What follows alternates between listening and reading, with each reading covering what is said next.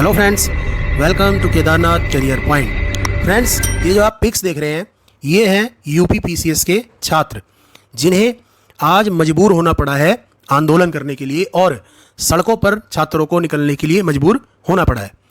तो फ्रेंड्स, ये जो छात्र हैं ये यूपी पीसीएस की जो प्रीलिम्स परीक्षा है और आरओ एआरओ की जो परीक्षा है जिसको यूपी लोक सेवा आयोग ने 2 दिन में कराने का नोटिस जारी किया है, जिसमें प्री की परीक्षा 7 दिसंबर और 8 दिसंबर को 2 दिनों में और इसी तरह से आरओ की परीक्षा 22 दिसंबर और 23 दिसंबर को जो है कराने का निर्णय लिया है और नोटिस निकाला है 5 नवंबर को।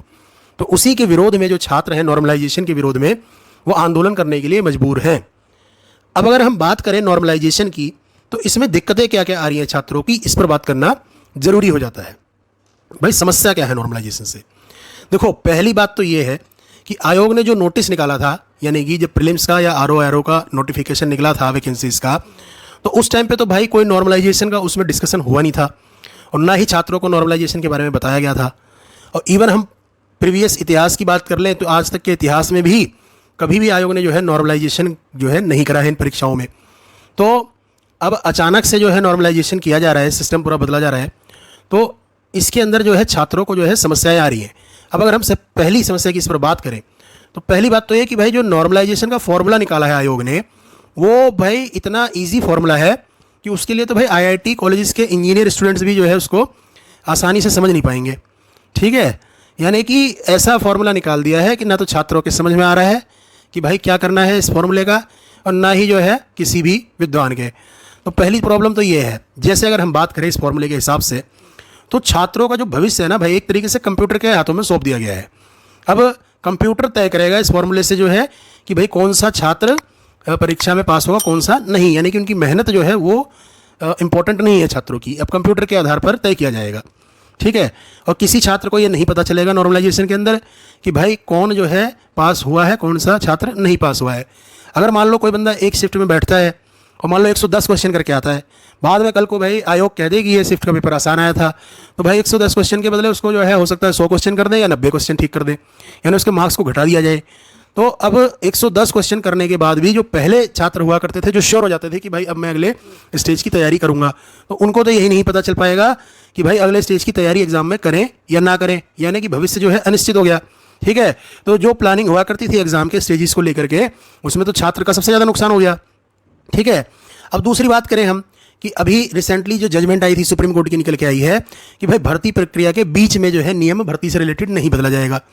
तो अगर ये भर्ती कोर्ट में गई तो वैसे ही बर्बाद है, यानी छात्र जो मेहनत कर रहे हैं परीक्षा दे रहे हैं अपने घरों से इतनी दूर दूर रह रहे हैं इतने छोटे छोटे कमरों में आकर के, और इतने इंसिडेंट हो जाते हैं छात्रों के कि कभी कोई छात्र जो है अभी देखते हैं कि लाइब्रेरी में पानी भर गया वहाँ मर गया। और जो है अभी बीच में इलाहाबाद में भी ऐसा इंसिडेंट प्रयागराज में हुआ था कि भाई कोई सफोकेशन से छात्र जो है नीचे बेसमेंट में लाइब्रेरी में मर गए। तो ऐसी कठिन परिस्थितियों में अपने घरों से इतना दूर रहने के बाद और इतनी मेहनत इतनी स्ट्रगल इतने ताने और इतनी चीज़ें सुनने के बाद यदि छात्रों के साथ ऐसा किया जाता है आयोग की तरफ से तो भाई साहब ये बहुत ही जो है छात्रों के साथ अन्याय है। तो नॉर्मलाइजेशन जो है ये कतई बर्दाश्त नहीं है। ठीक है, अगर हम एक एग्जाम्पल की मान लो बात करते हैं नॉर्मलाइजेशन की। ठीक है, अब जैसे नॉर्मलाइजेशन कर दिया, जनरली भाई नॉर्मलाइजेशन जो होता था बैंक या एसएससी के स्टूडेंट्स के लिए तो ठीक था। बोलो कैसे? भाई एक एग्जांपल की अगर हम बात करें तो मान लो मैथ्स का क्वेश्चन आता है कि भाई 2 × 2, एग्जांपल के लिए मैं बताऊं तो सिंपल सी बात है उसका आंसर क्या होगा 4 हो जाएगा, है ना। इसी में क्वेश्चन आ जाता है एक कि भाई 22 × 22, तो उसका जो जवाब आ जाएगा 22 × 22 484। तो अब 2 × 2 4 और 22 × 22 484, दोनों में कोई भी बता देगा कि भाई कौन सा मुश्किल है कैलकुलेशन। ठीक है, क्योंकि एसएससी और बैंकिंग वगैरह में जो एग्जाम होते हैं उनमें मैथ्स और रीजनिंग का ज़्यादा रोल रहता है, तो वहाँ पे बताना आसान है कि भाई 2 और 2 4 जो है वो इजी आएगा क्योंकि इजी कैलकुलेशन है। लेकिन अगर हम बात करें भाई ये जो हमारा यूपी पीसीएस के पेपर्स होते हैं तो इसमें जो जीएस के सब्जेक्ट्स आते हैं, तो इसमें अगर हम बात करें मान लो कि भाई हमारे पास एग्जाम्पल है कि ये तराइन का पहला युद्ध कब हुआ, ठीक है, और दूसरे शिफ्ट में क्वेश्चन आ जाता है तराइन का दूसरा युद्ध कब हुआ। तो अब यार ये कैसे बताओगे कि पहला युद्ध कठिन था कि दूसरा युद्ध कठिन था, कैसे करोगे नॉर्मलाइजेशन? तो ये बात तो दिक्कत वाली हो गई ना। या पूछ ले कोई भाई हुमायूं का बाप कौन था या अकबर का बाप कौन था, अब तो किसका बाप कठिन था, ऐसे बात करने में ये क्वेश्चन डिसाइड करना मुश्किल हो जाएगा ना भाई। या ऐसे करके कि कौन सा युद्ध कठिन था, तो जीएस में जो है वो बताना है कि कौन सा कठिन था कौन सा नहीं, वो बहुत मुश्किल है।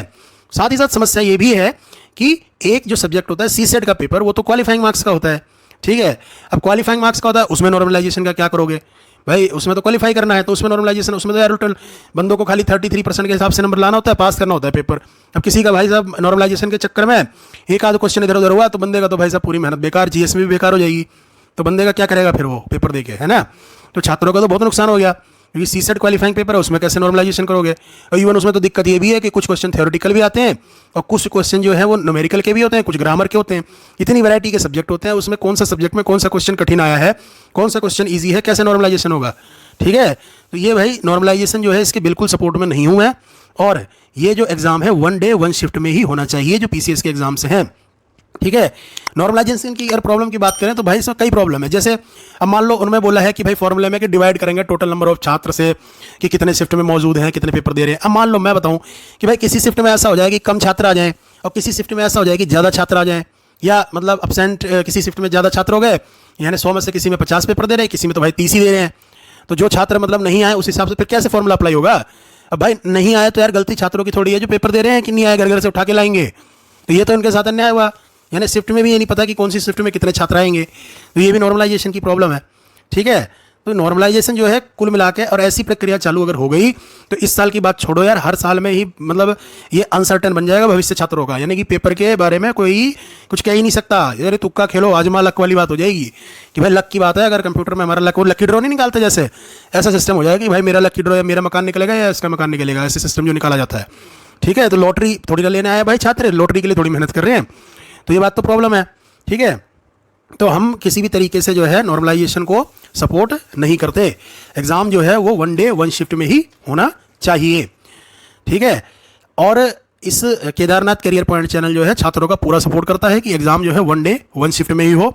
इसी बात को लेकर के छात्र जो है कल जो है लोक सेवा आयोग, उत्तर प्रदेश लोक सेवा आयोग के जो है घेराव करने को, धरना देने को, शांतिपूर्वक धरना देने का जो है, और आयोग को अपनी बात बताने के लिए आंदोलन कर रहे हैं, उसका पूरा समर्थन किया जाता है कि भाई 1 डे और 1 शिफ्ट में ही एग्ज़ाम होना चाहिए। ठीक है, तो हम पूरी तरीके से छात्रों के साथ हैं और छात्रों को इस मांग का पूरा समर्थन करते हैं कि भाई एग्ज़ाम जो है यूपी पीसीएस और आरओ दोनों का ही जो है विदाउट नॉर्मलाइजेशन होना चाहिए, और 1 डे 1 शिफ्ट में ही एग्ज़ाम हो।